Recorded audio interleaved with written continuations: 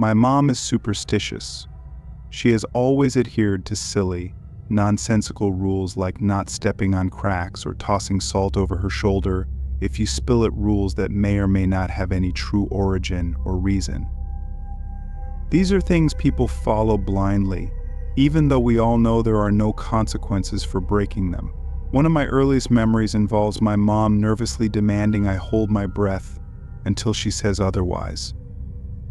I don't remember where we were coming home from late at night, but Mom and Dad were in the front seat, and I was in a car seat, half asleep. Suddenly she said urgently, "Jason, hold your breath." She'd smack Dad on the arm. "You too, please. Just do it." Then she'd gulped in a big breath and held it as we traveled down the foggy night road. Once she released her breath and said, "Okay," my dad laughed. He was used to her superstitions and normally just went along to make her happy. "Why'd I have to hold my breath, Mommy?" I'd asked. Mom swiveled in her seat to look at me. "Because we were getting ready to pass a graveyard. Didn't you see it?" I hadn't seen it, which I was glad about. "It probably would have spooked me out." I shook my head. "Well, anytime you pass a graveyard at night, you must hold your breath until you make it safely past." I frowned and wrinkled my nose. "You do? Why?" I asked. She gave me a serious look. "Son, you just do, that's why. To be safe. That's why it's so important to always pay attention to your surroundings." Sometimes I think back to that and laugh a little. To think it's important to pay attention to your surroundings for the sole purpose of knowing when you're passing a graveyard. It's sort of funny. Do you know what it takes to get hired at a graveyard? Like as a job? Well, actually, in my case, it took exactly no effort. It took my dad drinking coffee with the city workers at the local diner on Sunday mornings and volunteering me when they said they needed a part-time groundskeeper. I didn't particularly care for the idea, but I did like money. And spring had come, so the weather was getting pretty nice. So I guess I didn't mind too much when I started working Mondays, Wednesdays, Fridays after school, and Saturday mornings at our town's small cemetery. I'd go and prune bushes, pick up fallen tree limbs, cut the grass, and weed eat carefully around tombstones. I was a teenager, but I was a pretty nice kid. I felt respectful of the place's residents, and I treated the grounds with proper reverence. I even came to enjoy the job. Sometimes when I came, there would have been a funeral earlier in the day. The casket would be lowered into the ground, and the mourners would be gone by the time I arrived. But the grave would be uncovered, with a pile of dirt still next to the chasm in the earth, waiting to be filled in. Or I would arrive on a Saturday to find a grave or two dug, a deep, perfect rectangle, awaiting a funeral later in the day, yet to have a casket lowered in. I hated to admit it, but I always liked the smell of the freshly dug graves. It generated a natural, earthy scent. Sometimes I felt the graveyard smelled old and stale, and also a little like an old lady due to the mixture of flower arrangements both growing and wilting away.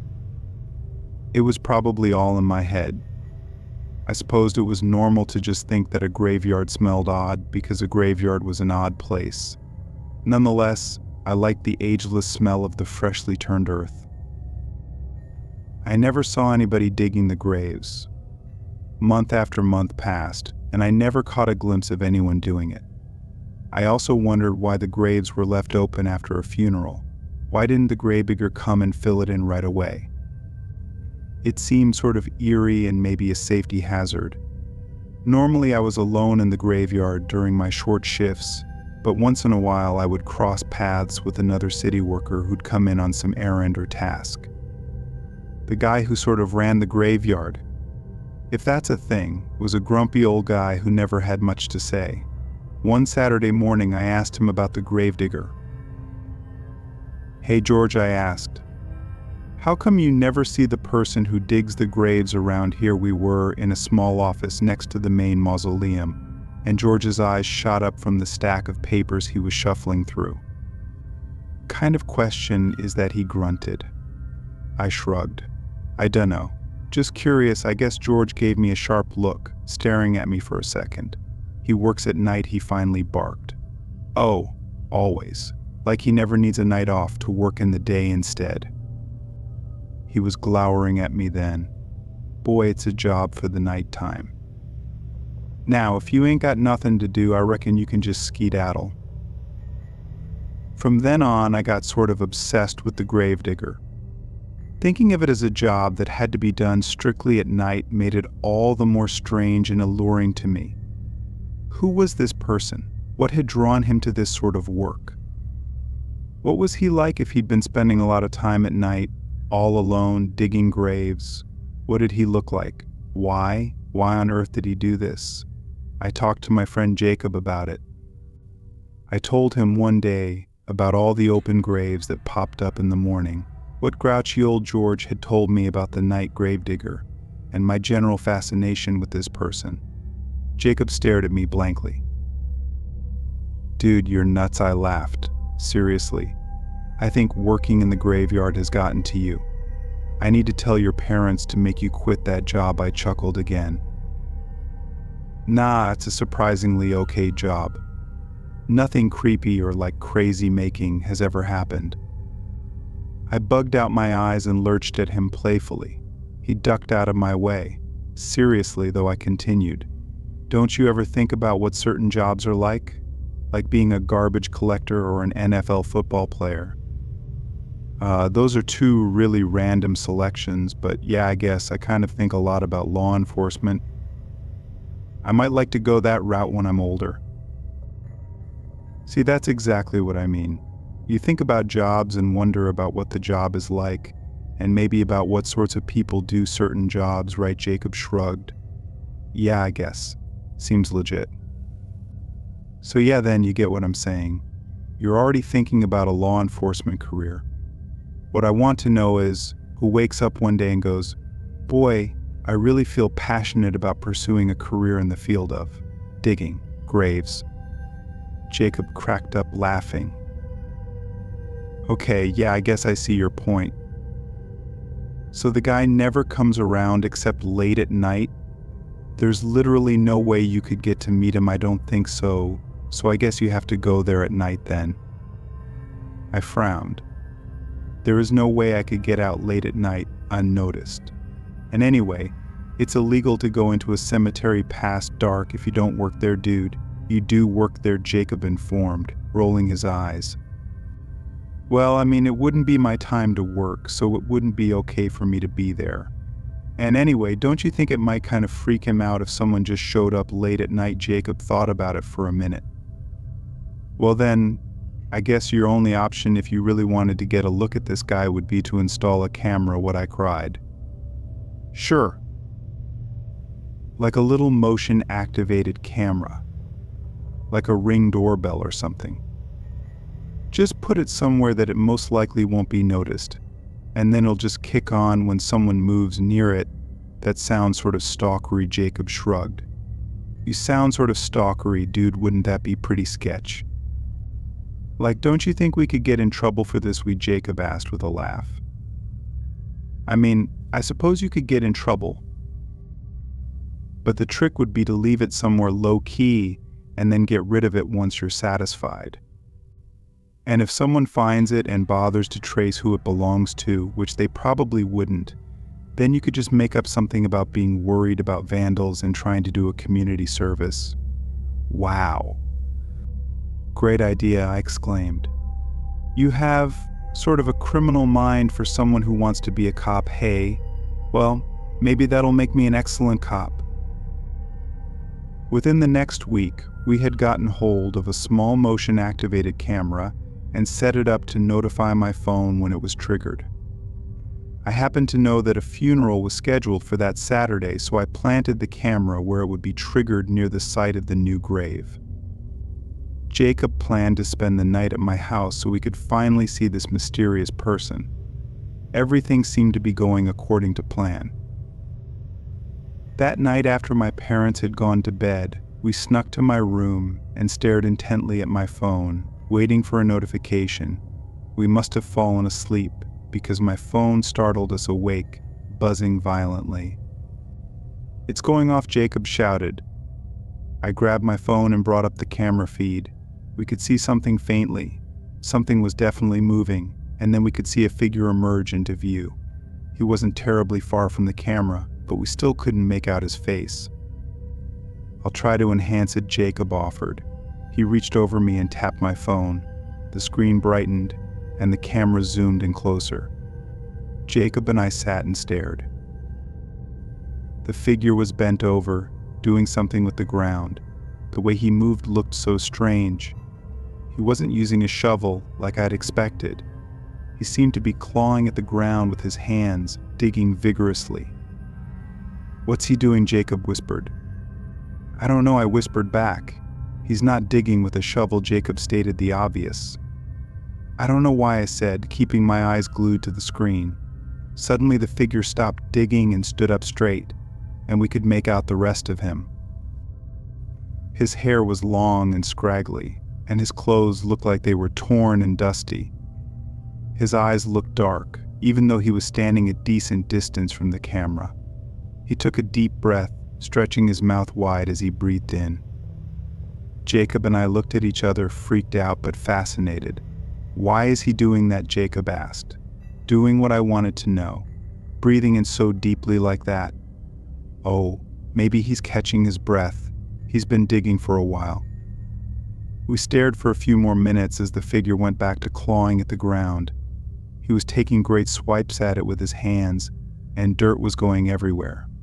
Suddenly, there was a dull thud and a loud screech from the phone. "Ah," Jacob and I both cried. "What was that?" I exclaimed. "I don't know," Jacob yelped. We stared back at the camera to see the figure was hunched over the grave again, and then he was reaching down to pick something up. "He's holding something," I whispered. We leaned in closer to the screen. "Is that?" I gasped, my voice sticking in my throat. That looks like I couldn't finish the sentence. Jacob was staring open-mouthed. The figure stood up again, this time holding up what looked like a long, thin rod. It took us a moment to realize what it was: a bone. He held it up and looked at it, then slowly turned his head in our direction. He looked directly into the camera, and we could see his eyes glowing faintly in the dim light. Jacob and I both let out startled gasps and nearly dropped the phone.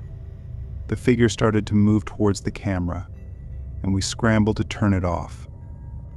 "What is he doing?" Jacob whispered frantically. "I don't know," I whispered back. "We have to go see," Jacob urged. I shook my head. "No way. That's crazy. Come on, we have to go. We can't just leave him there." Jacob insisted. We grabbed our flashlights and hurried downstairs, trying to keep as quiet as possible so as not to wake my parents. We crept outside and made our way to the graveyard. As we approached the area where the camera was set up, we could see the figure in the distance. He was still standing near the open grave, holding the bone. We hesitated, unsure of what to do next. "Should we call the police?" I asked. "No, let's just see what he does," Jacob replied. We watched as the figure slowly lowered the bone back into the grave and began to cover it with dirt. He moved with a slow, deliberate grace, as if he was performing some kind of ritual. Once he was done, he stood up and looked around, seeming to take in the surroundings. Then, without warning, he turned and started walking towards us. "We need to hide," Jacob whispered urgently. We ducked behind a nearby tree, trying to stay out of sight. The figure passed by, and we held our breath, hoping he wouldn't notice us. He continued walking, and we breathed a sigh of relief once he was out of sight. "Let's get out of here," I whispered to Jacob. We made our way back home as quietly as possible, both of us shaken by what we had witnessed. The next day, we went back to the graveyard to retrieve the camera.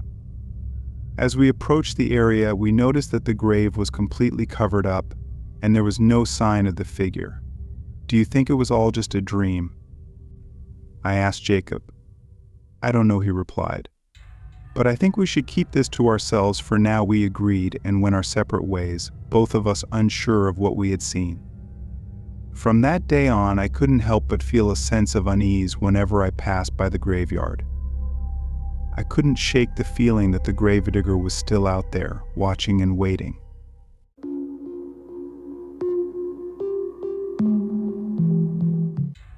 I used to work at a video store in Los Angeles in the 90s. We had quite a few celebrity customers, including some porn stars. It was a wacky work environment that could feel pretty unsafe at times, but that unpredictability was half of the allure. I honestly loved the job and the crazy, unhinged customers that came with it. There was a porn star who would come in frequently. I'll call her T, whose visits I would absolutely dread. She only seemed to come in when I was working alone. She would always ask me the same question: which of my movies do you carry? Now, she didn't ask this in any kind of unreasonable manner.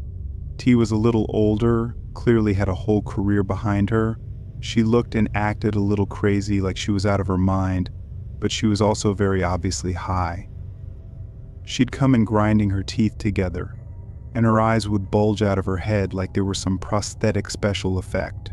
She was skinny from years of substance abuse and probably various personal issues with weight and image. She also reeked of booze and cigarettes most of the time. She would scream, "Which of my movies do you carry?" over and over again with that crackhead energy.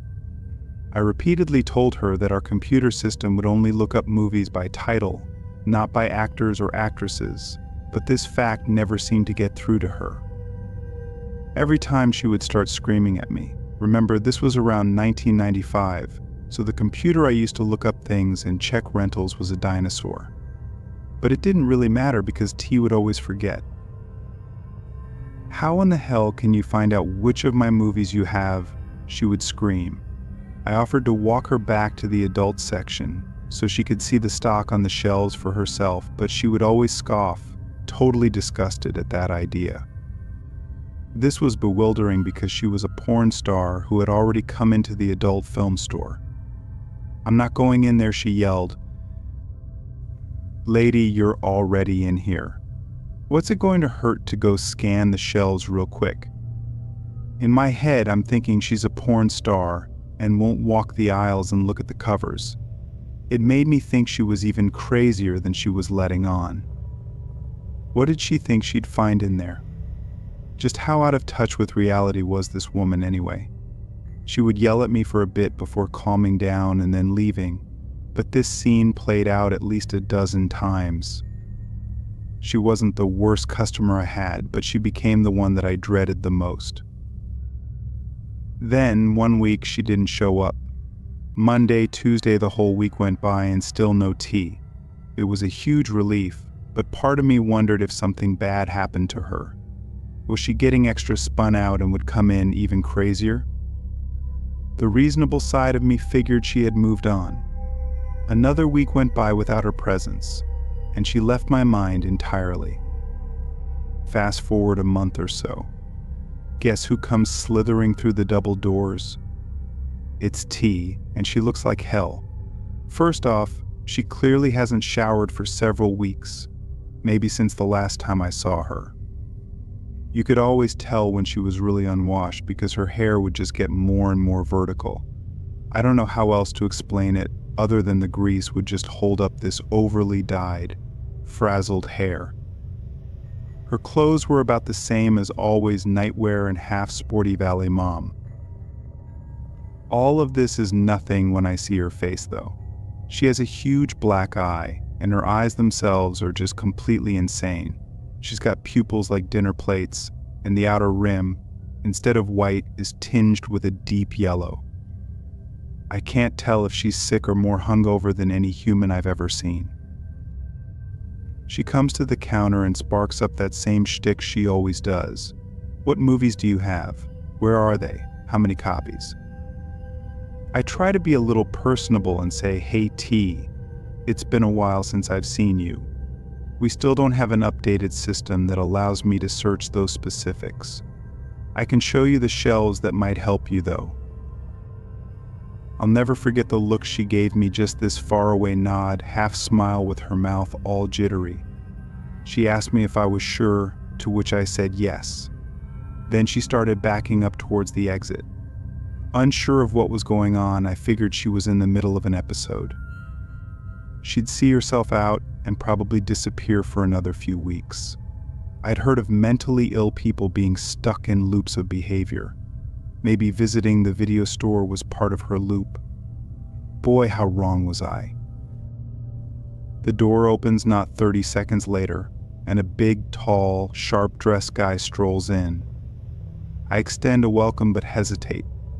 This guy looks pissed. He's storming right up to the counter. I ask if there's anything I can help him with. He sets his hands on the countertop, and they're bling-studded with all kinds of gold and silver, crusted diamonds in between them. He calmly explains that I'm the problem, and that he's here as a solution. I start to come back with something about how I'm just at work, just an employee here. If he wants the cash in the register or the pornos in the back, he can have them. The guy laughs at me, shakes his head, then explains that I'm just upsetting his friend who was just in here. Oh, you've got to be kidding me. T, the crazy cracked-out porn star who's been pestering me for months, somehow secured backup. I tell him that I don't know her at all. She's just a needy customer who wants to find her films. There's not an easy way for me to do that, so she'll just have to look over the titles herself. This guy cuts me off with a wave of his hand, says he knows. He's heard every word. He's heard it so many times that he feels like it's happening to him, and now he needs to get involved. It turns out T was pretty much what I pegged her for. This guy was clearly gang or drug related, maybe even a kingpin. He acted like he was T's handler, almost like a pimp or something. She was so old there was no way he had her tricking. I mean, I guess there's a market for anything, but I got more of the vibe that he had a relationship with her and for himself. Whatever the case, it's now my problem. I'm looking up at this Coke machine of a man, deciding if I should hit the security button. This is just a video store, so part of me didn't even think that would work. But it was down at the other end of the counter, and if I moved, this guy was going to snatch me up for sure. He states T's full name, then her stage name. They were similar, probably more similar than you'd want them to be. I realized then that T was probably pretty easy to look up in the phone book if you were clever enough.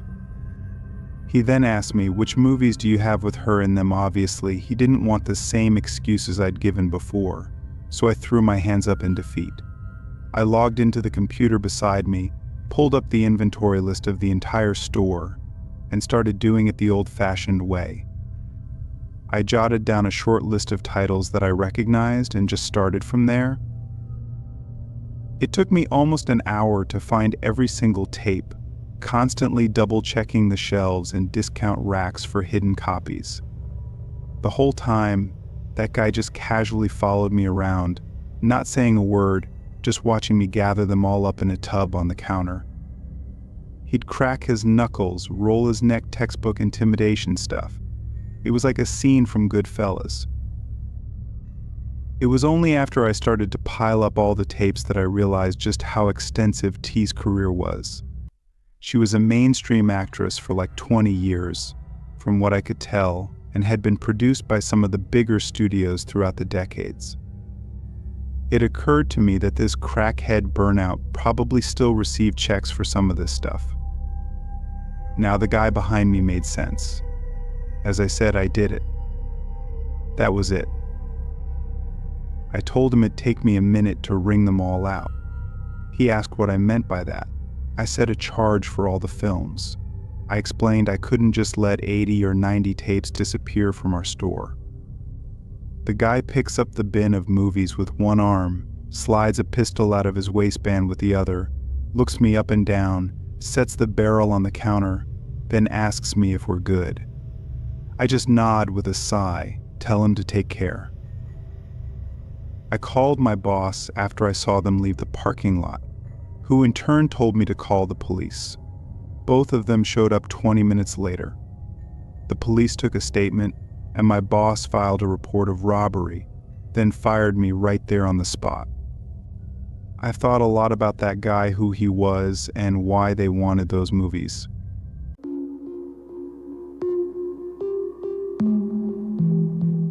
For the past couple of years, I've had the same job.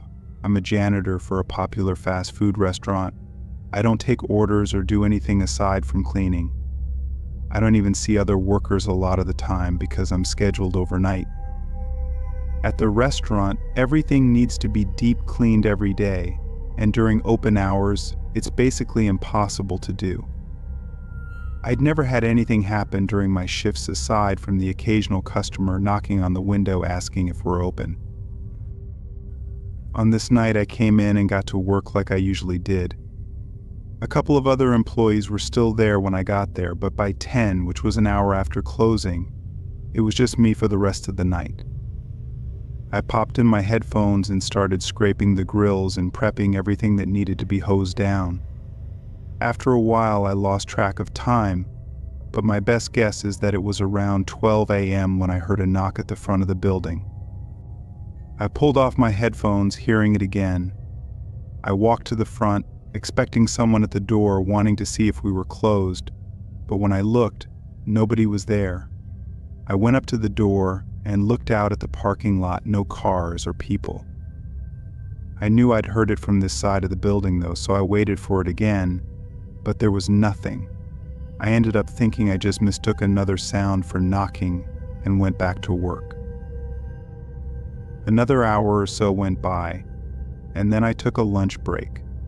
I grabbed my lunch bag and sat at one of the tables in the middle of the dining area, taking my time since I was actually ahead on my cleaning. Once I finished eating, I went to the back and turned to grab the mop, only to see a man's face staring at me from outside the drive-through window. He had messy hair and a blank face, but his eyes had something strange about them, like they were empty. I froze up for a second, and after a moment, the man calmly turned and walked away. My heart was racing in my chest, and I just stood in place, listening to his departing footsteps. I didn't know what to think. It was just incredibly creepy and strange. Once I got my confidence back, I opened the window and looked out to make sure he left. It was dark beyond the light of the restaurant, but I didn't see anyone, so I closed it up and locked it. I was on edge for the next hour, constantly looking behind me at the windows, feeling like I was being watched. But as my shift was coming to an end, I started to feel some relief, and the anxiety calmed down. One of the last few things I had to do was roll all the garbage bags out to the dumpster, which I was avoiding as long as I could. I checked the window before I stepped out, and it looked clear, so I quickly opened the door and got the garbage out.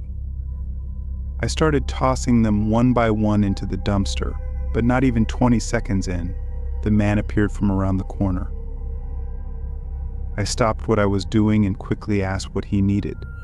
He didn't respond as he walked up to me and had that same empty stare. Now that I could see his whole body though, he was even more terrifying, being a fairly large man and wearing a dirty and stained coat. Not knowing what else to do, I ran for the door. I opened it as the man's footsteps rushed up behind me, and as I slammed the door shut, the man was able to stick his arm into the gap, preventing it from closing. I turned and sprinted to the other end of the restaurant, getting my keys out and unlocking the front door as fast as I could while hearing the man closing the distance on me. I barely got away and ran before he got to me. I sprinted across the parking lot and as far as I could while calling the police. 5 minutes later, the police got to the restaurant. The man was gone. We got footage on the CCTVs, but no identity could be made of it. It also showed that as soon as I ran away, the man just stayed there and watched me for a bit, then left out the back door. What he wanted from me is unknown, but his creepy and objectively horrifying behavior gives me chills even to this day.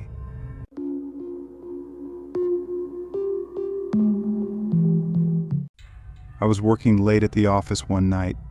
We have a big 2-story building in a business complex, and sometimes if we have to catch up on work, we kind of have to stay late. I had taken 2 sick days the week before, so I really had to get my project done and didn't have much time left to do it.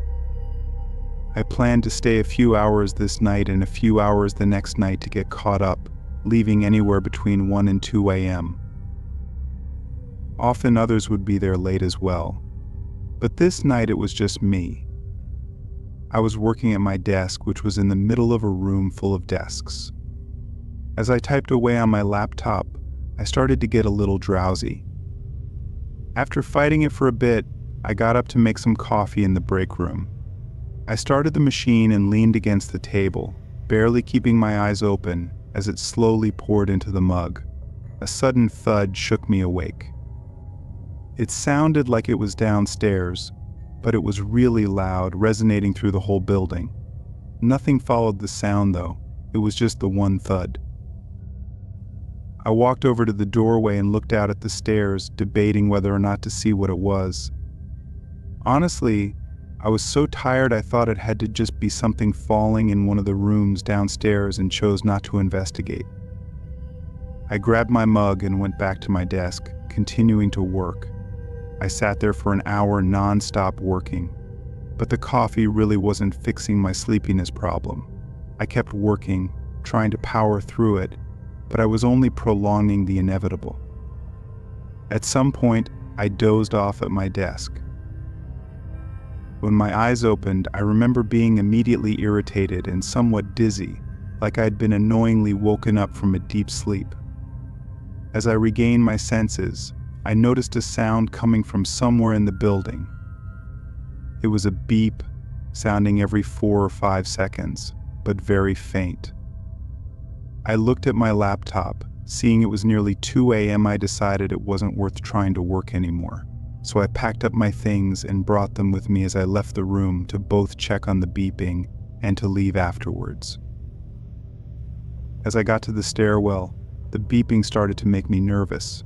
I'd never heard it before, and there was something eerie about it. Maybe I was too tired before to fully comprehend it. I walked down the staircase, and now with the beeping much louder, I peered into the long main hallway. At the far end, there was a metal rod laying on the ground right in front of the open entrance door.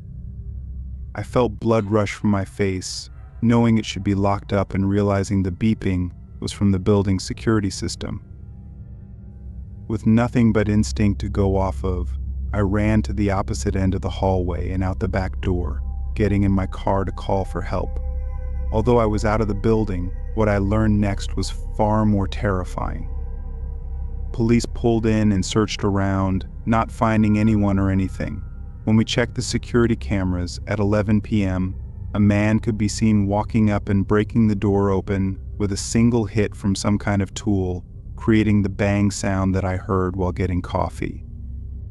He then quietly moved around the first floor and up to the second, where he came into the office I was in and stood quietly only a few feet behind me while I was working at my desk. He then went back downstairs, coming up again while I was sleeping, and walked around the whole office, even going right up to me and searching around my desk. It's not clear if he stole anything, as there weren't cameras in every room, but there didn't seem to be any obvious answer as to what he was doing there.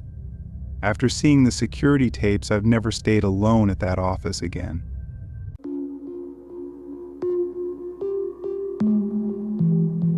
I'm retired now, but for a couple of years in my 50s, I worked a night shift in a mall. I was a custodian and would come in and clean once the mall had closed for the night. Most of my nights were spent cleaning up the food court areas, as well as taking care of bathrooms. One night I was sweeping the floor in the food court area, and I heard a fit of coughing coming from somewhere.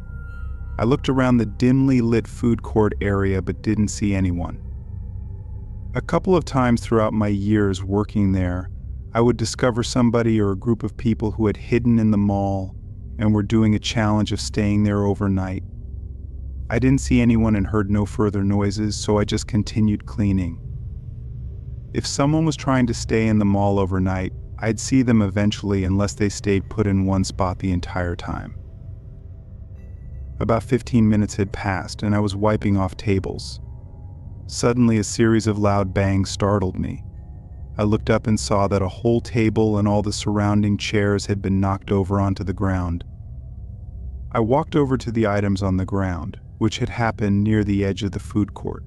There was no one to be seen anywhere. I ventured down away from the food court a bit to see if I could see anyone running away or hiding. I was about to turn around back to the food court when I heard water running inside the women's bathroom. All the bathrooms at the mall had sinks that were motion sensors. Someone had to be inside of the bathroom, and I had a feeling that it was going to be the culprit I was looking for from the food court. The sink was still running as I slowly and as quietly as I could entered the bathroom. As I turned the corner into the bathroom, the water abruptly stopped running. There was nobody anywhere to be seen. I checked every stall and still nothing. I chalked it up to a faulty sensor on the sink and decided that I'd put in a work order for maintenance to fix it. Oddly enough, as I walked away from the bathroom, I heard the sink turn on again. I walked back to the food court very confused and also a little spooked. I went about the rest of my night as usual, finishing my cleaning duties. A couple of days later, I received an email from maintenance that there had been nothing wrong with the sink sensor and that it was functioning normally. From then on, at least once a week, I would hear the water running from the sink in that bathroom. For the rest of the time that I worked at the mall, I just accepted that I wasn't alone in that mall and stayed away from that bathroom. I never had any more incidents with the mysterious knocking over tables and chairs in the food court. Thankfully, that spirit or whatever it was stayed in the women's bathroom.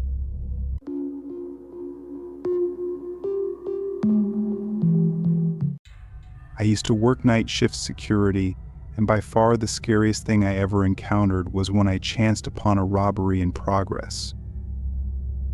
I was patrolling one of our assets around the start of my shift at 10 p.m., walking around the perimeter of the building. Everything looked in order except an air conditioner near ground level that had fallen out of place. The air conditioner didn't fit well in the hole, so there had been a wooden plank to prop it up and keep it in place. I assumed that the stick had somehow been nudged and the AC unit had fallen out of place. It wasn't very heavy, so I propped the air conditioner back into its hole in the wall, positioning the stick to keep it in place. I continued my walk around the building, reaching the next window, and to my surprise, someone was there. The light in the room wasn't on, but there was a bit of light entering the room from the hallway that the office space was connected to. It wasn't uncommon for a worker to be working late on a project or either use their code to re-enter the building and grab something they had forgotten earlier. I pressed my face to the glass to see who it was and if I would recognize them. Once I was peering through the glass, I could make out that it definitely wasn't an office worker. The person was wearing a ski mask over their face. They noticed my face pressed up against the window and hustled out of the room. Realizing that a robbery was in progress, I quickly put two and two together, figuring out that the fallen air conditioning unit hole was most likely the way they had entered the building. I immediately pressed a button on my phone in an app that my company used to notify police if they needed to send cars to my location. I was still standing only about 100 feet away from the AC unit, so I ran over to see if that was going to be how the perpetrator would attempt to escape. Sure enough, shortly after I had reached the AC unit, it came flying out at me as the intruder pushed it forcefully from inside. The AC unit was knocked straight backwards into my chest, and I watched as the person in the ski mask flew through the hole in the wall, barreling into me and the AC unit that I had somehow managed to catch. The suspect ran into a nearby neighborhood, but the police arrived soon after and had them cornered in a city block, shutting down the entire street and eventually capturing them. It felt good to say that I had stopped an attempted robbery in progress, but I'll never forget the image of the person flying through a dark hole in the wall directly into me. It was quite terrifying, and I had nightmares about it for the next couple of nights.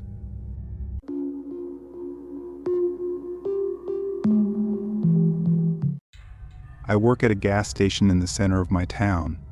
My shifts aren't always the same, but I find myself on overnights and early mornings most of the time.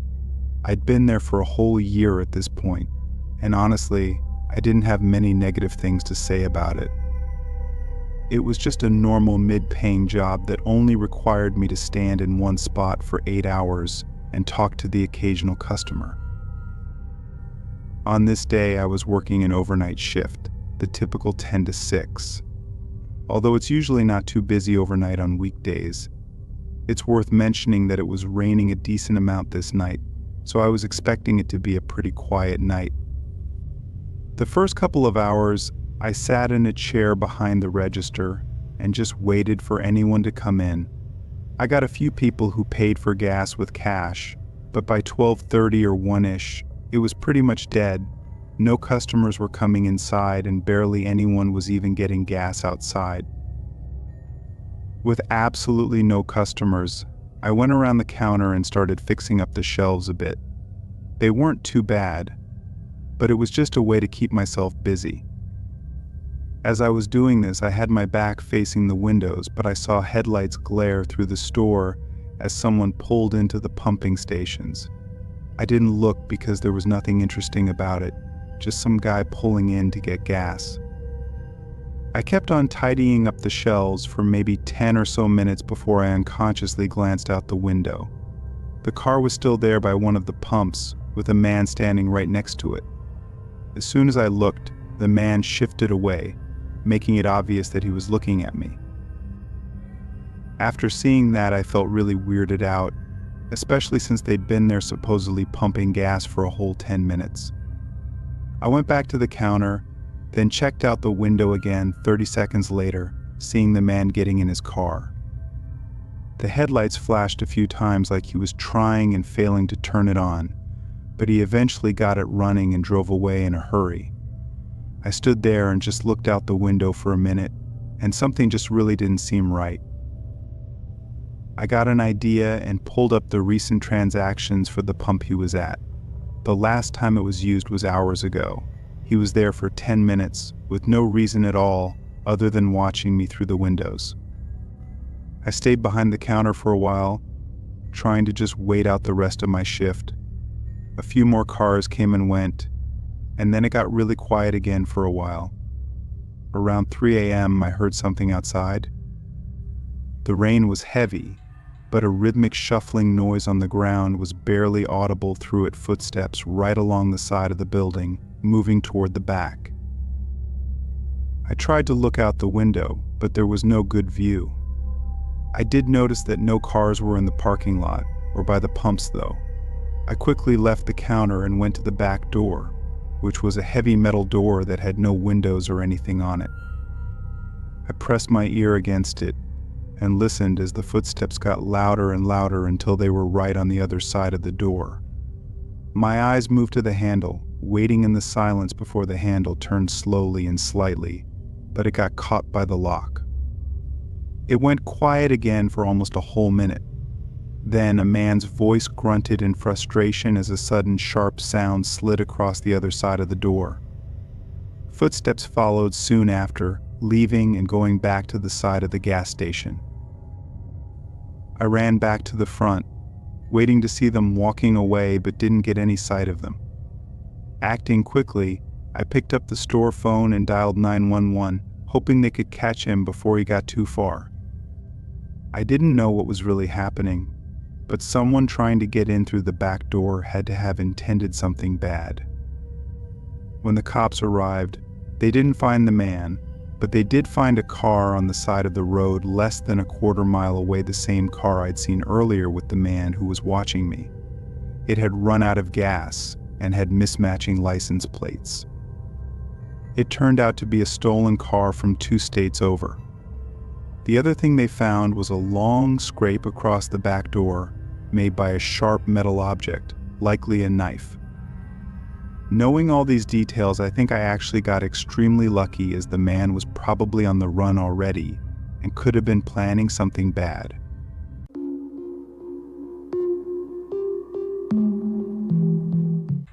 I spend the nights working as a security officer. My job is to travel around to various buildings, mostly businesses that hire my company for security. I swing by each of these places multiple times at night, ensuring that nothing funny is going on and the building is secure. Honestly, my job is really boring, as you can picture that on a night-to-night basis. Not much is going on around an office building. I'm required to walk around each entry point to the building, making sure that it's locked and secure. I have keys to all these buildings in case I need to go inside, but in the 3 months working this night shift, I never had to go inside a building. However, that all changed during a shift I had 2 weeks ago. I had reached my 3rd building of the night, which was a smaller 4-story office building. I made my rounds around the perimeter of the building, shining my light up at windows, ensuring they were intact, and pulling on doors, making sure they were locked. I circled around to the backside of the building. When I did, I was shocked to see that a door was not only unlocked but also propped open. I never had to deal with a situation like this before, and, quite frankly, I was nervous to go inside the building. I maneuvered my way through the building, moving very slowly and shining my flashlight into every room and corner. It took me a while, especially since I was nervous, but I made my way through all 4 floors of the building without seeing anything unusual. I made my way back to the door that had been left open, removing the prop in the door and locking it behind me. I continued my rounds, making my way through the rest of the buildings that needed to be checked for the night. I decided to head back over to the office building that I had walked through earlier to make sure that everything was okay. I pulled my truck into the parking lot and began walking around the building, doing rounds once more. To my surprise, the same back exit was once again unlocked and propped open. At this point, I was very confused. There wasn't supposed to be anyone still in the building this late, and there were no lights inside that I could see. I reluctantly entered the office building once again and searched it from top to bottom, this time even calling out multiple times to see if anyone was there. Once again, I saw and heard nothing unusual my entire trip throughout the building. I returned to the back exit and saw that the door was now closed. I hadn't unpropped the door when I first entered the building, but now the door was closed and the brick that had been used to prop it open was nowhere in sight. Again, this was my first time having to enter a building while I had this job, so I was a little scared at this point. I quickly locked the door and hurried back to the safety of my truck. Nobody was supposed to be in that building, so I was relieved that I hadn't ended up seeing anybody during my rounds of the building. It was eerie to me, though, that during both of my searches at the building, somebody had been in there somewhere, evading me, and then slipped out the back door without me seeing them. I called the office building the next day, asking if anything important was missing or had been stolen, but nothing they were aware of was gone. I still currently work the security night shift job, but haven't had any nights like that one at the office building since then.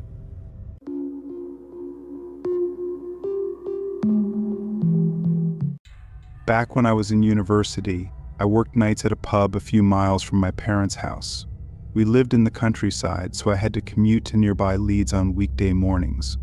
On weekends, I spent my nights earning much-needed beer money.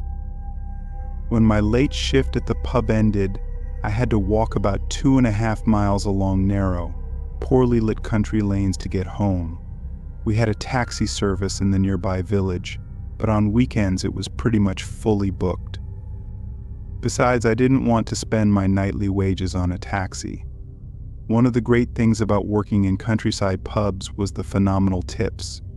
The sense of community and old-fashioned values meant that farm hands and landed gentry alike always tipped on their orders. Sometimes it was just 20 pence, but occasionally they'd leave 4 or 5 pounds of change, especially when they'd had a few too many and were feeling generous. My shifts usually ended at about 11:30 p.m. once last orders had been called and we'd cleaned down the bars. All the staff would usually hang around for a drink until about midnight before going our separate ways. One Saturday had been particularly busy. The weather was spectacular, and there had been some kind of garden festival in the area. This meant all kinds of people from near and far had visited the pub, adding to my tips. By the end of the night, I had €112. It was more money than I'd ever had in my life, and I didn't want to waste any of it on a taxi. A belly full of lager would see me home with no problems. So off I went, merrily meandering home, feeling like a very rich man as I planned how to spend my newfound fortune. It was dark out, really dark, with only a sliver of the moon to light my way, but I was too buzzed and cheerful to care. About a mile into the journey home, I was blasting some AC/DC in my earphones when I saw the lights of a car coming up behind me. It passed slowly at first, and I thought the driver might ask for directions, but the car just kept going. Since the festival was on, I thought nothing of not recognizing the vehicle or its driver. But once the car had passed me by about 200 yards, it just stopped in the middle of the road. I watched it sit there for a minute, continuing on my way until it dawned on me that it wasn't going to just drive off. I got the weirdest feeling that it was waiting for me. I know that sounds paranoid, but sometimes you just get a bad feeling about something, a tight feeling in your stomach that tells you something is badly wrong. So I stopped walking and stood at the side of the road, staring at the car's rear lights until it finally revved its engine and took off into the night. I wasn't freaked out, thanks to the beer. If this had happened while I was sober, I'd have been much more scared. I'm not a tough guy at all. So when a couple of minutes later I saw a pair of headlights coming at me from the opposite side of the road, I wasn't worried. I just kept walking as the car passed me, but I realized it was the same car from before. Just like before, it stopped a couple of 100 yards down the road from me. I was now convinced it was a car full of city folks who had managed to get lost in the dark. Again, I stopped at the side of the road, waiting for it to reverse so the driver could ask for directions, but it didn't. The car did a U-turn in the middle of the lane, then switched off its headlights and began to creep slowly down the road towards me. I wasn't freaked out before, but I was then. I was completely and utterly terrified. I had no idea what the driver's intentions were, but they were obviously not good. My head was spinning with grim ideas of what they were planning: robbery, kidnapping, or worse. I just started running, looking for a gap in the hedgerows so I could jump into one of the nearby fields to hide. I finally found one, scrambling over the dry stone wall and badly scraping my elbows in the process. My first thought was to grab my phone from my backpack to call the police, but the light from the screen meant the driver would find me quickly. I panicked, threw it back in my bag, and decided hiding was my best option. Even if I got through to the police, it would take them a while to get there, and it might be too late by then. So I crouched at the base of the hedge, terrified, just trying to hide so the driver would think I'd run off over the fields. The only thing I could rely on at that point was my sense of hearing. I was listening for footsteps, the car's engine, anything to give me an idea of what was happening on the other side of the hedge. A couple of minutes felt like half an hour, and in that time I hadn't heard a single thing from the road. When it felt safe to check, I started to slowly edge towards the section of hedge I'd jumped over, ready to peek over the dry stone wall for any signs of the car. Right then, I heard the sound of car doors slamming, not one door, but two or three, all closing at once. The car hadn't moved that whole time. They'd been sitting in the middle of a dark country lane, waiting for me to emerge. My heart was pounding. I can't convey how terrifying it is to know you're being hunted by a gang of complete strangers. I just bolted, hurtling across the dark field towards a small wooded area. I knew the area well, so despite not knowing exactly where I'd end up, it didn't matter. It was either run or face being caught by the guys hunting me. I hid out in the woods for as long as I could, watching the field I'd just crossed for shadows or torches. But again, there was nothing. When the coast was clear, I took off in the opposite direction, crossing fields and staying off the roads until I found my way back home. Even though it was the middle of the night, I woke my mom and dad and told them exactly what had happened. Naturally, they called the police and arranged for some officers to visit the next morning so I could give a description. A month or so went by, and we heard nothing. I'd stopped walking home and started paying for taxis to ensure I got back safe. I was managing to forget about what had happened, or at least let it slip to the back of my mind. That's when the police called back. The guys had been arrested for committing an assault on an elderly man just a few villages away from us. They were part of a gang based in nearby Leeds, where I went to university, that would drive out into the country at night, where there were hardly any CCTV cameras, before assaulting people as part of some initiation. I was glad they'd been caught, but it still bothers me that some people are so willing to commit violence against a total stranger. I still walk places at night sometimes, but I don't use noise-canceling headphones anymore, and I always carry a small penknife just in case. If you work night shifts, I'd recommend you do the same. You never know who's out there lurking in the darkness, just waiting to make someone a victim.